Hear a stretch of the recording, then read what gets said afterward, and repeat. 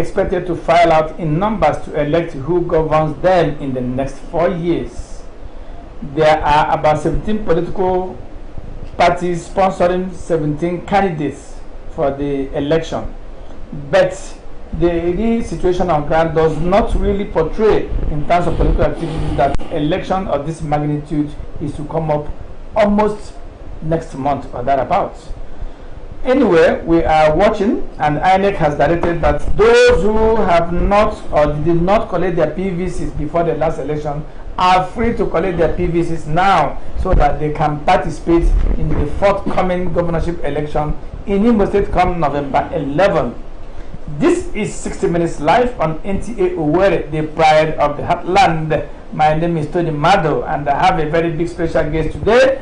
My guest is no other person than Right Honorable Chief Eddy Obinna. He is from Umunato Autonomous Community in Nguru in Abombise local government area of Imo State.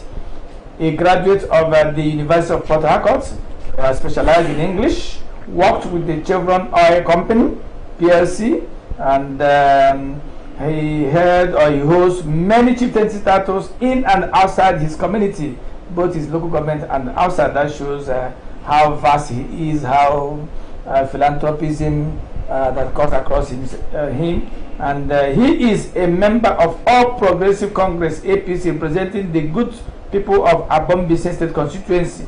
He is a principal officer of the Imo State House of Assembly, that's the Deputy Chief Whip, Imo State House of Assembly. Right Honorable Obinna, Eddy Obinna, is a family man, a friend, a conflict resolution officer, and a philanthropist. Honorable, you are welcome to 60 Minutes Live on NTA Owerri. Thank you very much, Tony. Yes, sir. Let's get to the business of the day. You are a two-time member of Imo State of Assembly and the principal officer for that matter, that's Deputy Chief Whip. What is or has been the experience, or what are the experiences since you are now a high-ranking member of the State Assembly? Well, thank you for asking me that question. My experiences as a legislator and the principal officer of Imo State House of Assembly have been very challenging, intriguing, and rewarding.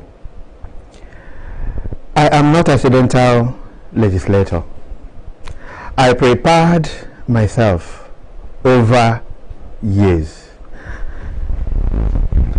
I was fully prepared to represent my people at Imo State Legislature. I've been around in politics since 2003. In 2007, I was a frontliner aspirant in my former political party, PDP. In 2011, I was also a frontline aspirant for House of Assembly to represent my constituency. Then in 2019, when it was God's time for me, my people voted overwhelmingly for me to represent them as Imo State House of Assembly. When I came on board, from the first day, I hit the ground running because I've gotten experience outside the legislature. I applied my experiences from outside in navigating the politics of the legislature. My colleagues found me worthy and made me the caucus leader of my then political party in the House. I was caucus leader of the entire House of Assembly members. my first tenure. Also, because of knowing the intrigues that play out in the parliament, in the legislature, I was able to navigate effortlessly and getting the dividends of democracy for my people and taking home to them.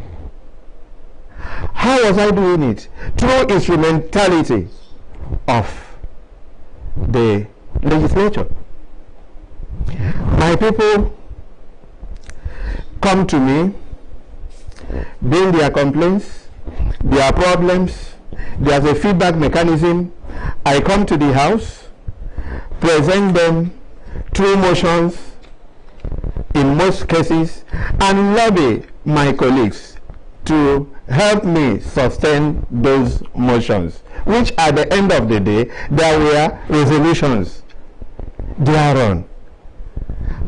I always follow up to the executive, and I am lucky having our governor, the godsend governor of Imo State, the people's governor. Once you have good pieces of legislation, he will assent to them, in as much as it will impact positively in the lives of the people. Okay, well, you've almost dragged me into my next question.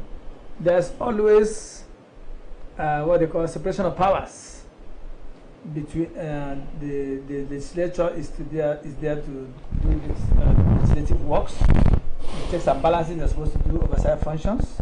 The judiciary is there, the executive is there. So what is the relationship between the House of Assembly, Imo State, which you are the Deputy Chief Whip, and the executive arm of government in Imo State? What is the relationship? Is it cordial? Is it frosty? Because the last other time we had too many speakers, imagine like we're churning out newspapers from the mill. So what's the relationship like?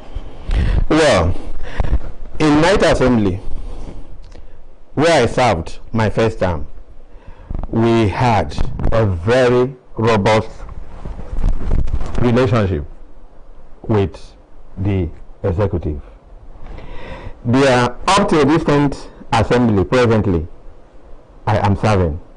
We have a very smooth, robust relationship with the executive. Reason, we have head of the executive that is a lawmaker, a super parliamentarian, a ranking distinguished senator of the Federal Republic of Nigeria. He knows the law as a lawmaker. He does not interfere. He respects the sanctity of separation of powers as enshrined in the Constitution. So he does not interfere in our legislation and oversight functions. That is the reason you see the government doing excellently well in the state, because there is a symbiotic relationship between the legislature, Imo legislature, and the executive. So it is now reflecting on good governance of the governor of this state.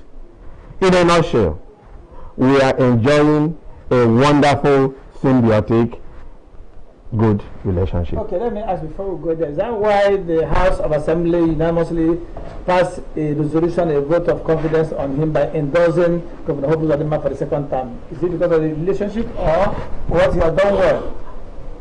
Basically, why we passed a resolution endorsing His Excellency, the Civic Senator Hope Uzodinma, as our sole candidate for the coming governorship election in November 11th, 2023, is because of good governance.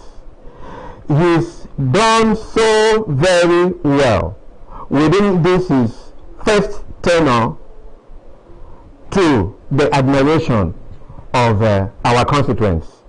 We represent the different constituencies in Imo State. So, when we get feedbacks from our constituents, we came together and agreed to adopt the governor as the sole candidate for him to continue in the good works he is doing in Imo State. Okay, to you people, that was a way of paying back the good relationship between the executive and the legislature. No, we are not paying back. We are not paying back. The harmonious relationship between us and the executive is as enshrined in the Constitution. Remember, the civil senator Uzodinma is a super parliamentarian, a ranking senator, 2 times senator of the Federal Republic, a lawmaker. He knows the law. He knows the limitation of his powers. So does not interfere in the running of Imo State House of Assembly. That is our constitutional right. So give it to us. We adopted him based on the feedback we received from our various constituents all over the state, in the 27 local governments of the state, that the governor is doing well within the environment he is operating. Don't forget, there have been a lot of challenges since he came on into power from 2020 to date. There has been COVID-19 coronavirus, there has been NSAID's problem. So, put together, he's been able, within the limited times, to have brought visible development. I will go to the development, the projects he has brought to this state that has made our people happy to ask us to go and adopt him as sole candidate for this election. So candidate for APC, also candidate for other parties? Okay, that'll be, we use our teeth to count, our tongue to count our teeth. Well, you say so. The Deputy Chief Whip, Imo State Assembly, Eddy Obinna, you got to this political limelight, gathered experience, relationship, all you have outlined, through a party, the PDP, and later you left the PDP for APC. What transpired?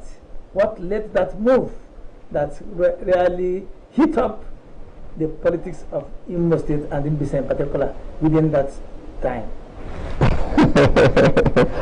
Mr. Terry, thank you for that question. In life, one thing that is constant is change. 2, yes, I got my teeth politically through PDP as a political platform. Political party is just a vehicle that conveys people to their destination. They are not destinations themselves. Therefore, there was a time we are all Imolites. PDP, my former party, had political accident. The accident was so much that the party was fumbling and wobbling. As a representative of my people, I went home, consulted my people, we sat down, discussed, and they approved. I moved to APC in order to continue representing them effectively well and getting the dividends of democracy that are due to them. I didn't take that decision on my own. It was a collective decision by my constituents that elected me to be speaking for them at the hallowed chambers of Imo State Legislature. So today, my membership of APC has afforded me the opportunity to be a principal officer, deputy chief whip, Imo State House of Assembly. It has also afforded me the opportunity to be heading very important or key committees of the House as chairman of the Committee on Transport and IGR. So, leveraging on these responsibilities, positions I am occupying, what is due to my people are always gotten and taken back to them. And my people are happy for it. That is why I was re-elected under APC for a second successive tenure, which is unprecedented in the history of Abombise politics. Okay, you have talked much about it. You said your former party, the APC, had an accident. If peradventure an accident happens to APC, what will be your reaction and what will you and your people do? Well, I can't take a decision on my own should an accident occur in APC. If it does occur, I pray it doesn't occur anyway. But if it does happen, I will go back to my constituents and seek their advice. Whatever we collectively agree to do, they approve I will do. I can't take decision on my own. But I pray no accident befalls my party APC, which is the national party and state ruling party. It is the ruling party now. PDP had reigned at its own time. Now APC is the reigning and leading party in the country and in our dear Imo State. Okay, the deputy chief whip Imo State of Assembly and the representative of Abombise State Constituency at the State Assembly. There is this viral video created to you about causing Mbise people who will not vote for Governor Uzodinma come November 11. And that video has generated a lot of reactions and mixed reactions in and outside your constituency and confidence and other things. So what would you have to say about that video that is saying that you caused the people of Mbise if anybody who would not vote for APC?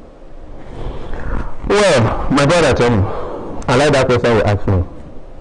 There was no cause. No cause whatsoever. This is a democratic setting.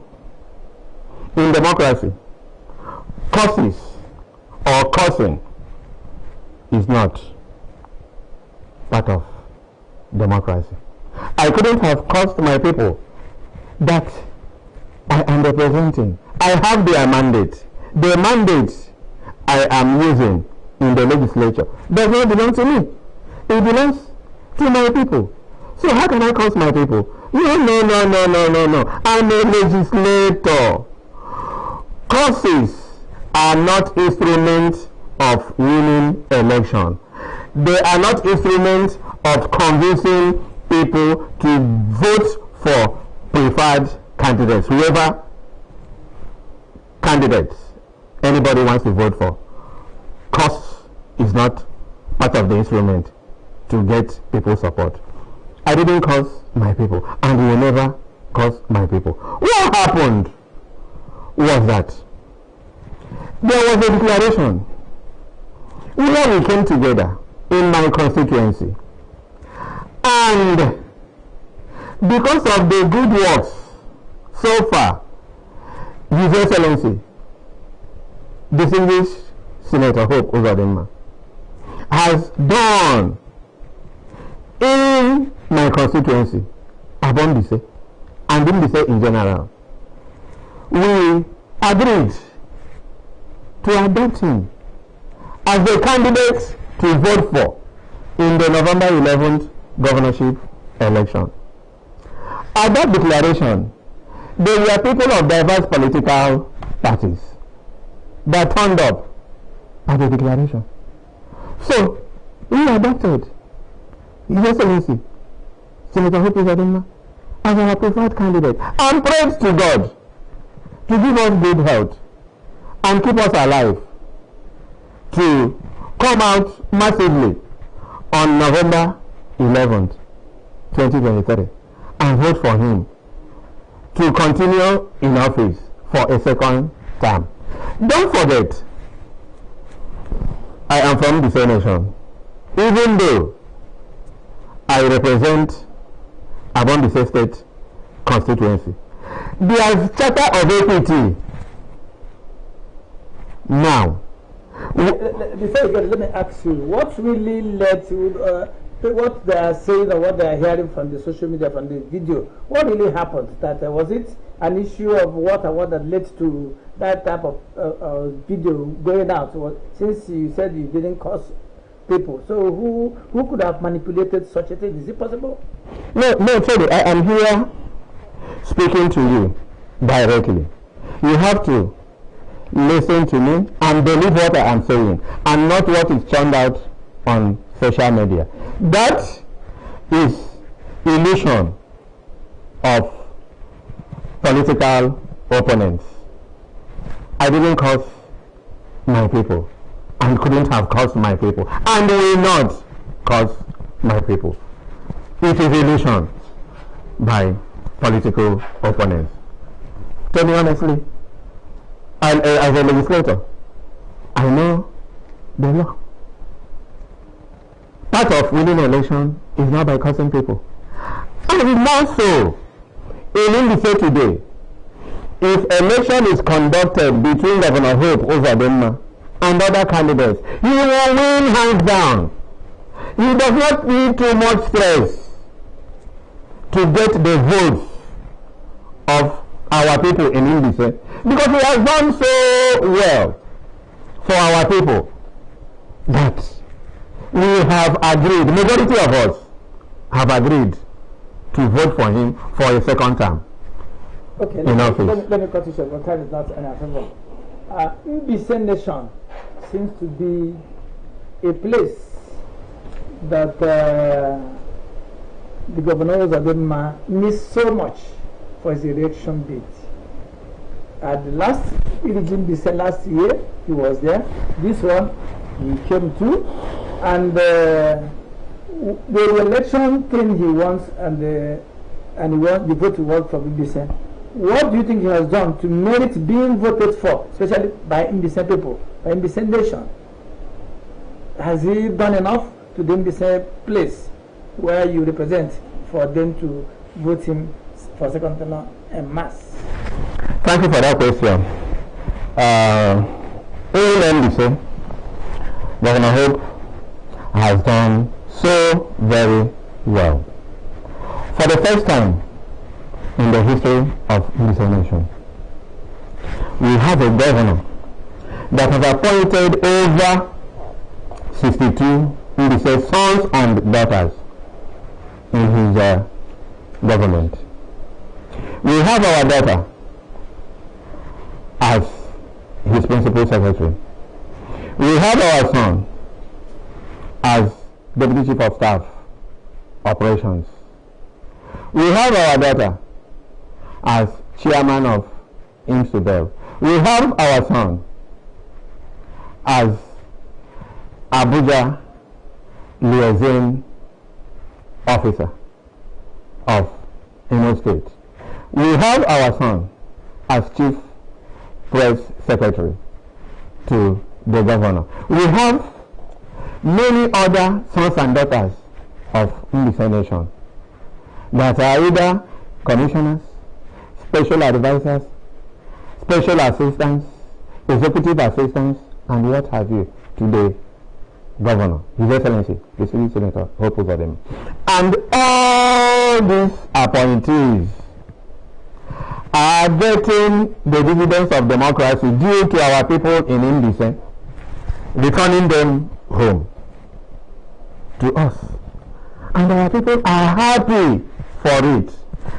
Secondly, under healthcare, His Excellency constructed 36 health centers in Mbise Nation, 12 per local government. There are 3 local governments in Mbise Nation. So we have 36 health centers. That is bringing health care down to the rural areas. Our people at home now have access to medical care. Minor ailments hitherto affecting our people badly, and they have nowhere to go for medical care and attention. They quickly and immediately go to the closest health center to them, and they get medical care. It has never been done before in this nation. Again, the road from Owerri to Mbise was unpassable before Governor Hope Uzodinma came on board. And our people came to me with deluge of complaints. And I moved a motion on the floor of Imo State House of Assembly urging the governor to further urge the federal government to fix Owerri road for us, because that's a federal road. But in Governor Hope's wisdom, he took it upon himself, even though it was a federal road. He gave contract to a reputable construction company, Cranberg, to fix the road. There is massive construction going on now. All eyes are seeing. And again, because of my legislative experience, the power of lobby, I was able to get the government commence the fixing, repair of that road from Afiyogu down to other parts of Mbise instead of from Owerri. So our people now, the journey that was taking 3 hours from Mbise to Owerri now take barely 15 minutes. It has imposed on economic activities. Our people are agrarian farmers. So the farm products are coming to the town. Now. It has is enhancing the economic well-being of Mbise. Then again, very fundamental. Mbise School of Nursing and Midwifery was closed for many years. No governor was able to reactivate that hospital. Governor Hope, in his wisdom, has reactivated the hospital. Operation is going on now. Currently, there is massive employment of staff and students to work and school in Mbise School of Midwifery and nursing.